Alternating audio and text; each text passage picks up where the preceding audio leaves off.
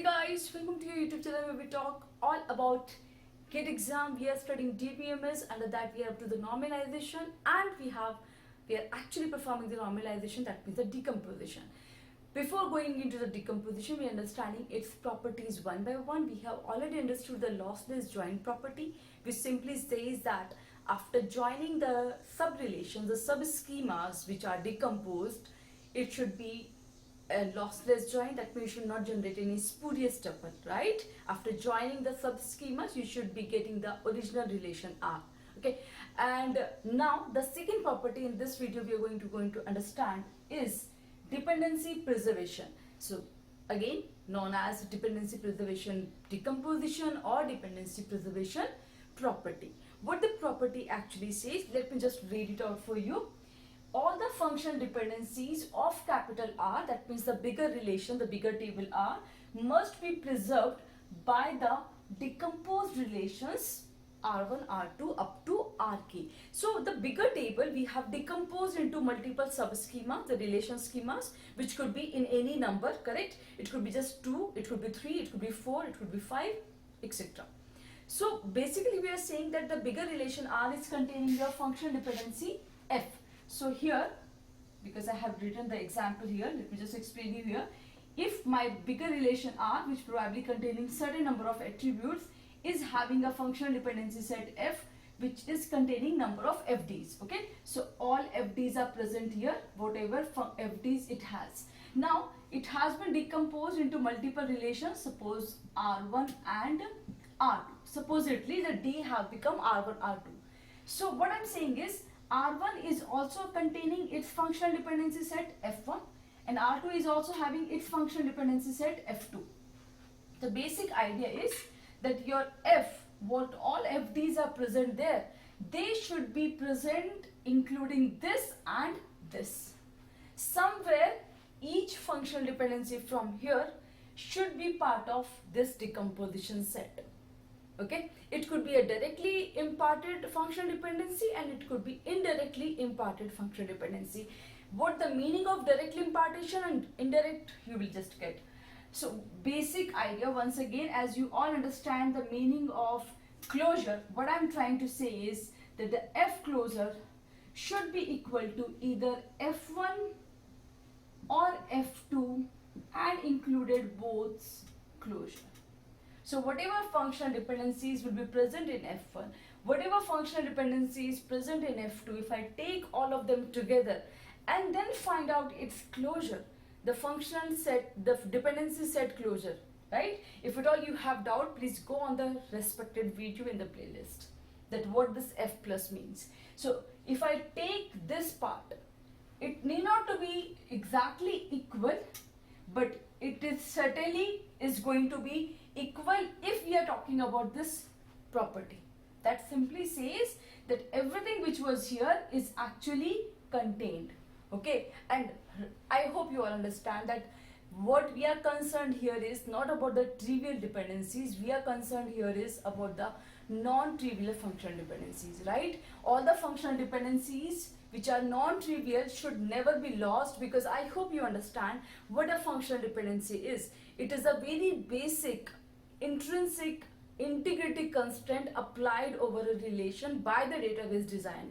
Okay, and if you lose any of them, if it is lost while decomposing, that means the attribute meaning is no more holding, correct? If I say A determines B, and if I lose this meaning, that means A no more determines the value of B, right? That means while you are inserting data in your table, this constraint will not be applied, which we really do not want to lose, right? So that's why this is a property, and if at all any decomposition set preserves all the functional dependencies of the original relation R, then we say that this decomposition is holding true for the dependency preservation property. As simple as that. So now once you have understood that what the property is and what we really want to do, we want to check for each and every functional dependency whether it is present in the decomposed relations or not. So don't think that we are going to follow this way. This is the logical implication that if this is true, correct? while finding out the closure of the functional dependency set itself, I told that this is not something to be done just like this. We are not going to find out entire F1 union F2 closure. And here I just took two subset. It might be any number of, suppose your decomposed relation has three relations, then you have to find out F1 plus, F2 plus, or F1, F2, F3 plus. Really tedious job. We are not going to follow a lengthier procedure which could be logically minimized. Okay, so I'm going to give you a very simple and approved method to find out, which once you understand you will realize how logical it is. So we have a relation R with four attributes A, B, C, D. It have been decomposed into three relations. One is AB, the other is BC, and the third is CD. The original functional dependency set is this. Check for two things. Two types of dependencies. There are two types of functional dependencies. One which are directly present. Okay. The second which are indirectly present. So what do we have to do with one which are directly present? So for them, do nothing, just look from your eyes. Okay. So one way of finding out whether the dependency is preserved or not is checking for directly. So the very first is A to B. So this is my very first one. Okay, so let me take the another color which I always love. So the very first one is A to B. Okay, now checking for this one, I want to see whether we have any relation which is containing both the attributes A and B. Both the attributes means both determinant and dependent. Okay, so do we have any such relation? Oh yes, AB. I have AB, which says in this AB my A to B is very much preserved. Okay, for that you need not to go and do this. Also, the other method which I am going to tell you, you don't need to apply that method also. Simply say yes, it is very much present and preserved. Okay, so now let's next come for the second dependency, that is B to C. So this is preserved, guys. Now next is B to C. Let's look for this. So do we have any other relation which is containing both determinant and dependent? Yes, we do have BC. So this is also directly present here. It is present here, and so it is present here, and so it is present here. Got it, guys? Such a simple way. Now check for the third one. That is C determines the value of D. Okay. Now once again look, do you have any such sub-relation which is containing both determinant and dependent? Now guys, let me make you one thing more clear.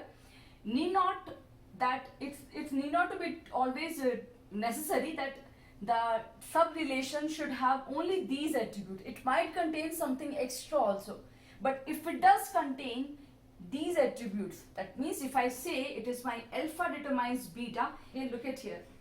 If your alpha and beta, both the sides of dependency, if this is a part of Ri, if it is contained in Ri, that means this is preserved. Okay, that simply means this is preserved. And with that logic, C to D is also preserved, so it is preserved, and so it is preserved. Got it? How simple. The three dependencies we have checked, I think in a time which takes for blinking your eye, right? Correct. Now the fourth one, D determines A. The D determines A. So do you find any relation which is containing all D and A? No. So can we do that in a blink of eye? No. We want to know that ultimately does D determine the value of A or not? That is the basic idea. If at all by any way D has the still power to determine the value of A, that means this dependency is preserved. Okay. For that matter, what I'm going to do is I'm just going to find out the closure for D. Okay. So while finding out the closure of D, I will check in various sub-relations. Is it containing the value of A? And while doing this, one by one, I'll keep on joining them. Okay, I'll keep on joining them and I'll move further. For one by one, for all the sub-relations, I'm going to do this till I'm exhausted by the end of the decomposition set. And if by the end of it, if in my closure of D, if I can find out the value of A, then I would say yes, D can determine the value of A. Okay, and if not, then I would say no, it's lost, it's not preserved anymore. So let's assume this D to A I'm considering as alpha to beta. Okay, so this D is my alpha and this is my beta. Basically, whatever is your determinant of your function dependency, that I'm representing as alpha, and the dependent I'm representing as beta. If at all you remember from the previous lecture of lossless join, I explained very much the foreign key constraint, correct? Once you decompose that the bigger in the sub schemas, you keep some common attribute among them, right? The two sub relations will have some attribute common. It could be one or two. Once you want to join them, they will be joined with the help of those common attributes, which itself imply the presence of foreign key. And that is the only idea. Once you will try to determine the closure of D by joining multiple relations together, if finding out its closure can determine the value of A, okay, then we say it is preserved, because maybe the D got into some other table and A got into some other table, but there is a way to connect them, and the connecting attribute could be anything. So if at all, transitively, hopping by hopping, if D can reach to A, we say it is determined. Okay, how? Let me just explain you the method.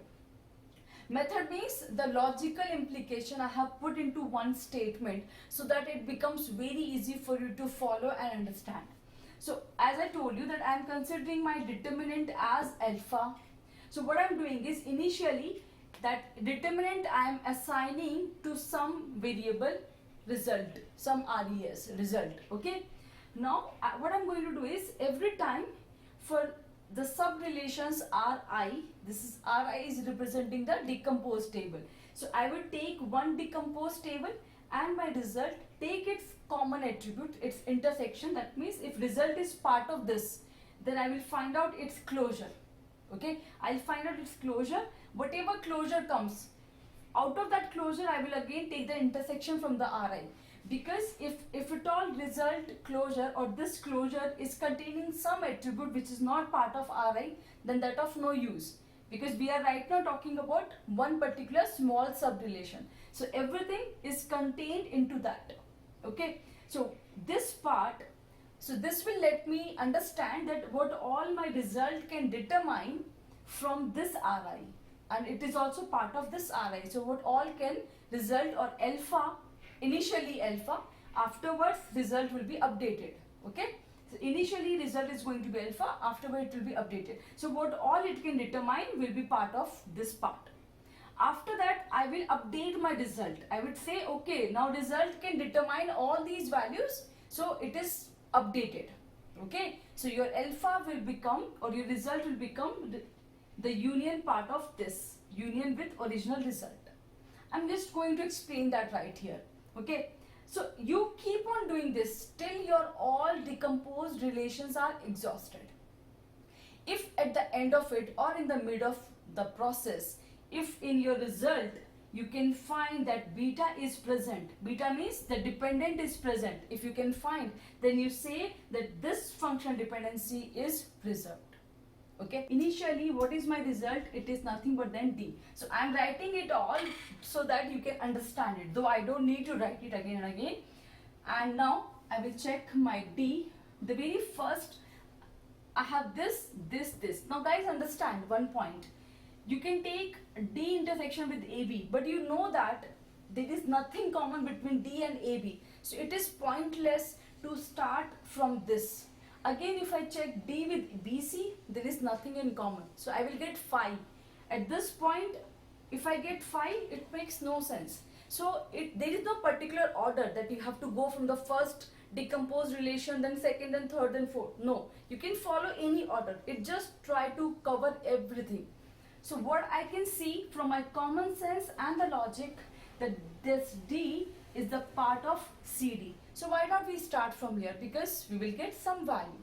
So I am taking the very first CD. what is its common attribute? That is D. So I'm going to find the D plus. What is D plus, guys? From original FD set, what is D plus? D determines the value of A, it determines the value of, D determines the value of A determines B determines C. So it is containing D, A, B, C. Now this you will intersect again with the CD.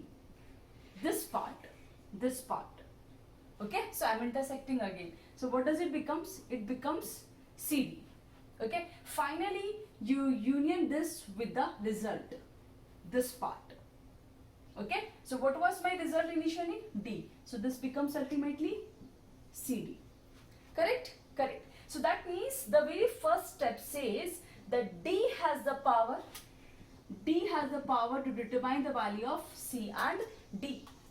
Okay, so from D ultimately I could determine the value of C. You have reached up to there. Now the second step, you have to keep on doing this. This step is in a while loop or in a for loop.